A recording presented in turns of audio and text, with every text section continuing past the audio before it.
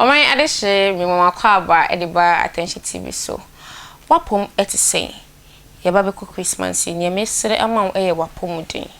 Hwe ne obedi osori anopa nya bibia keke na wo de beko oyem obu ha otimi esori anopa sebi o se 3 days kwa na ontimi enko sebi ontimi enko private udidi ampacho mema sorry my name metimi ekacho about head and say anopa na osori bu ha osori anopa tutu osori anopa na anu nsuo odi anu nsuo na fire rounds ni odi be ye bia ofie bia na anu nsuo se anye yimpo a ma unsuo no enoso ewo system no manu abetimi amwo release some inframa bia aka ewo yementi esisi sa ne man kwan ema wo intimi sebi enya wonan abre nyina hwe wakoma so eye entwensem enko mu bebre na head ehu ehia ni obi enya aka because the moment I no obi benya asema nipa eme nkasa ne hoda no wonya hu nipa na wo yem asho ema osote e de adwendwen ebro utimi enyi ntem kra wo ye oba utimi ebo akwakrawa e na wo ya branch enso wo ye oba utimi bo abrowa e na wo ya branch enso a utimi ebo akwakrawa nti emfa obi hu asem ensho live a normal life, be happy, always be na mawani enjoy na stress. Attention TV so enam guso a mo hwe me eyemwa mo piesie mo doba eye TV and radio presenter ebaba na magimekunya ewo Attention TV so me ba be pese nsem no etese mea me maami a oba obegya nsem no edugu ho edema Ghana phone se de bia masem Attention TV so de me jai eto forma na ache etese super glue odo ompa boa etale so ne ebechi na ache sana yekoye ni mene nsem be na ababetwa so me no ye ba be di ho nkomo Attention TV so Obofourba Andy de bia ye da so ye Obofourba Andy he wenye Rev Obofour a na ye Obofourba Andy ene de de na waba beka ye de emamu ewo ye fidie isu a Attention TV so say Obofourba Andy ese Rev Obofourba ana asoma ne se o metwa emo sebi akwasea ne sa wesi we nyina efirimu bae a o metwa embo ono ane papa otete ne Rev Obofour Emma Obofourba Andy betwa bo papa ye anyasem keto nsem bo ka sometime meti na me yem ahyem si Jesus enti mum yenko na yenko tie se waba abonten ede na waba abonten asan abeka afatwa we de betwa Rev Obofour de bi na wasan ababeka enti mum yenko tie embra the chop free makomam anam de ba nipa mienu do bia pe bia opo ni matem do bia pe bia se me hu se on so ye Facebook video no bia ntwere bia hu ase na video no kwa so ma mfa so o na se wanya nkrofo mo ma hwe se ase camp fo ba wa me viewers and me comment kosoro ilele camp fo bi bo ma me comment ni me viewers kosoro akosoro se menya followers me the bear 1 week penya followers 150 aka me followers on 150 4 days oh I say jam chiri de ekure benya followers cause munyin tu se monya asofo cause nyame adwuma no yen shedan ti group yen shedan ti kuo say ate anoya kuo fo wati ho obi kama ya munni na tem nipa bi obetwi ne tibia munni na tem dabi osofo nte anoya group bi ni ho enya ne sa okay ora for me ni komo ketewa bi amemla komo na nkasa so enimre mba se mbepa ma me kwensi ara chawade asa e anadwo o America abosei abobe no ndu ni ade no di manu buo mu ne nambe no 9 o sese mu o ba bi suso cause ye lidi o mu 5 hours o me kwensera oda roma kuro bi so hima da che hima se oda roma ma hunu se medini pa no chi aye bone na medini pa chi eso aye bone ana ma hunu se medi asofo bebere so chi aye bone so me batampa oda roma oba metia manikum eso fa mbone chem wate ambone cheme ye ma me kwensera kuro bi so hima batampa Babo di amuru ko kwantwe je yere Oba pa no ho akono ntime ma pre ne nda. Eno. Krobi so yima wada ma fache me wate. Na me di nipa no achi aye bone. Na I regret it. I regret it. Mami Patricia do kranten. Mami Agradaa. Wo de ensema maka fa ho okuro mu die. Menya sure se me chopa okura be so mo. Eh medu atem mami. De ye ne de anye, de wo mu ne de enim nyina maka bi a kirew. Fache me wate. Ansu, I'm watching from New Zealand. Chama aboko there. And some woman dear Munina Macabiacher, Mammy Patricia do granting. Menya sure sell the Bechamacora. As Mr. Fachem Wati. But two at them, Uradi Yesu. Senya mere Juma Pan or be funny say. And a radin a becoma coma, a bay didn't saw the Bechamio, mammy. Cosia de be now, or Chio Cramebo Solo. Emile bi atwa me kasema bo asole am de naked ne beba ni nyina ne perch lem de menka ni perch lem de menka. There was a time enipa said that me said them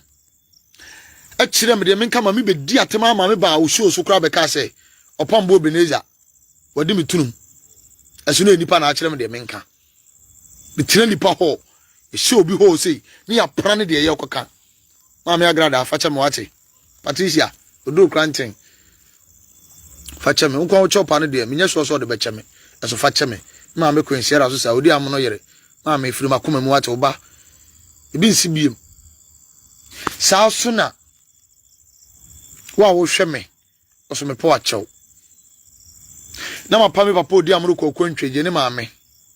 mama agudie mama po achew wate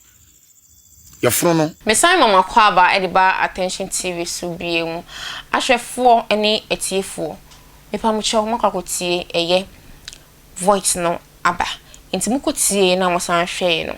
mo amu ni etwaguye me kama sem se enya asem bia na obeti ayede wode beye de be wode beye asem akase se ni obun se no bia ti obebi uko ebi ni mutimi gye asem ho ekinya wo se na fifire krate de ho de kra bi kra na oni de ai ene yampa hey Rev Obofour onu na ka kire Obofourba ndi se hey onko supa emo eye ne papa hey Obofour onko je Obofour papa o Rebecca wanyampo yampa hwe meti se no yampa trodo de ko YouTube wo se gu ho hey nkofo ka me pa mo chew wo yesa obenya asem wasem so abenya no nya wasem na ko to apon nti ye de wasem ni duru hanje se wasem ni de enye de be ye ni biem ngese ye de ko twirem because so what asem a based on facts na me ka tro say facts no betin attention TV ha enye baby ya nti ne amutititi wonu baby no he ukodi akire ekogye hu sabi kwase achiye na ho tim fifire na komodo ye sande wo bakwakotu nti nya asem bia na wote a wodi akire ka say yampa kodi hu achiye bi nkwa timi di hu achiye sa na koya asem no mu kun no mu bo ho atwede pamchom ene muam kotie matinu masum say Obofourba andi say eye Rev Obofourba ansoma no eso wo mbra no medese eye ne papa Rev Obofour nti oseremo o pa achew den ni su a wote he nasem eye ya we die ebi twema no odin ko hu bi esunu ene achew pa no nti meseremo enye asem bia obeti bia owiase ene ye de be ene ye nukure fotu amede be mo say eye a wote asem a eye bisa na bobo mu na hu ni se ne wate nukure na ye ka bia wo hu de bia obeka wasem aba afa esa ubenya asem na court apon ye na udru ya ne do akwakotum aye attention TV so ena mgusu a mo hwe me efina me de ensem ba na me de ensem no epuepu amo ne ekoso ne nokro e social media ne etigu e YouTube bia ha na mo benya no munya baby ya me pa mo cho me sere ma de bia ma de sere de am de tu manim ne se mo subscribe channel no e ma me na mo like na mo fa mo comment no emra na mo share ye videos no na entese e wo oh my god na mo no bia attention TV de ensem a etwagu e wo my god na ye fresh enken soda na ye de ebremo attention TV so eye me no sa maye ne fefe fin me de etwagu me de etremu no see eye odunfo bi na eye emaame eye adum beauty and therapy na eye emaame ne hwe kwan e wo ablekuma wo hwehwe na obetimi afre no ye home services wo friend o mpa chom pese obefie na be face Christmas ye kwedie obeyama na o ye promotion ko be ma discount onya kope a wo friend kura na owo efie obabi owo bi oba obenya discount so obekọ ne shop won so obenya discount so obebefie so obenya discount oye therapy bibia se wonan apapai utimi na papa no akosa bi sugar daddy bi ho na yesa woni ne ye na akoti ne bedsheet ani guase we de enye ukwa wonan no obeja ma fefefefefe na de apapai nenti papa ni nyina be de be ebe fu nti pa cho se open na hwehwe na check kwem Adum Beauty and Therapy obetimi afren ewo 0540 913225 0540 913225 mpacho free Adum Beauty Therapy wo number we so na obeju fefefe na wama service enwo den pa ede amount eye University Christmas eye bombrohu ehia ya pa wo cho say 1 cedi 2 cedi o se number na etwagu na ofre na bibia ono ebeye we na ode nyema no eye debe aba bishwan se wuntimi fa nyema no po emba na so ya mpam sho yan eba beje ewo ba bibia wo bia Queenvers na kasa ebetu anamo aba beje nakopon nshira se oje pre na hwe me wo Attention TV so engineer Luchi medawase nyame onyo kese mi hu executive producer bia ne ho adwo etise wo nyina ewo ni ye nipa nanso ewo obia eho obia wo ni differences but udie we de wo ahombrase edima opanyu eye akwara onyankopon onhura mi hu ni se mame edimi ebejaw ewo adwumem ha na onyo kese eye je nyankopon onhura me freni je odi Jacob ba me freni je na mi onhura na onyo kese se wo so wo ahombrase ema eye wadwuma ene ye boss eye si wo nyankopon onhura obia eye ye papa ene wabi adwuma ya yin na yen adwuma ye ya yensa ebekọ ya no eye daddy nyankopon onhura na onyo kese onyo free adum enko adum. That's the name. Attention TV so makram.